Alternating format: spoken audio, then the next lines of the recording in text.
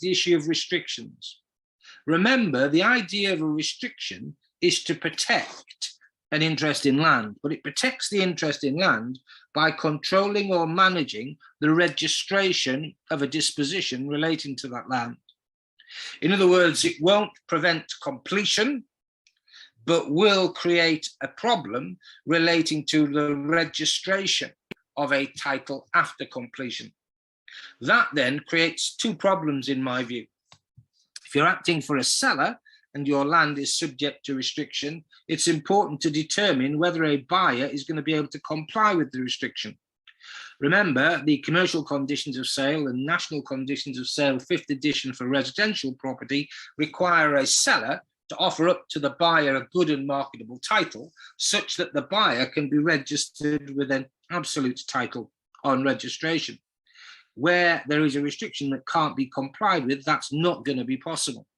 As well as that, we're going to have practical issues and practical problems with regard to the buyer's solicitor or conveyancer pestering the seller's solicitor or conveyancer with regard to the fact that the buyer can't now register his title on the basis of an inability to comply with a restriction.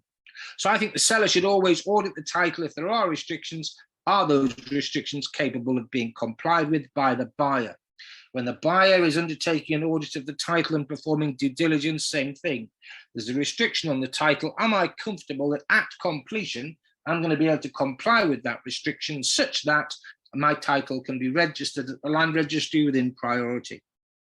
The land registry generated, courtesy of the Land Registration Rules 2003, a whole raft of standard forms of restriction. You can utilize non-standard restrictions, although the land registry would always prefer you to use a standard one. Where a non-standard form of restriction is used, normally the land registry will set out prescribed wording and may refer the matter to their legal department in circumstances where the restriction is unusual or where there is some doubt or debate about whether the restriction is protecting an interest in land or whether a standard form restriction should be used in its place. Restrictions can be used for agreements for lease, although I fail to see why. I would always protect an agreement for lease with a notice, and as I've mentioned to you earlier, I'd always use an agreed notice. Restrictions can also be used to protect overage. Overage is a nightmare, particularly for landowners. My general philosophy with regard to overage is that we should always be advising the seller of property that where overage is included, the overage needs protection. The million-dollar question is, how do we protect overage? And in short, there are a number of different methods, including the use of restrictions, including the retention of ransom strips, the retention of airspace, the imposition of restrictive covenants, all manner of different things. However, and this is important, generally speaking, my attitude is no matter what you do with overage, sort of a complete means of protecting it is impossible.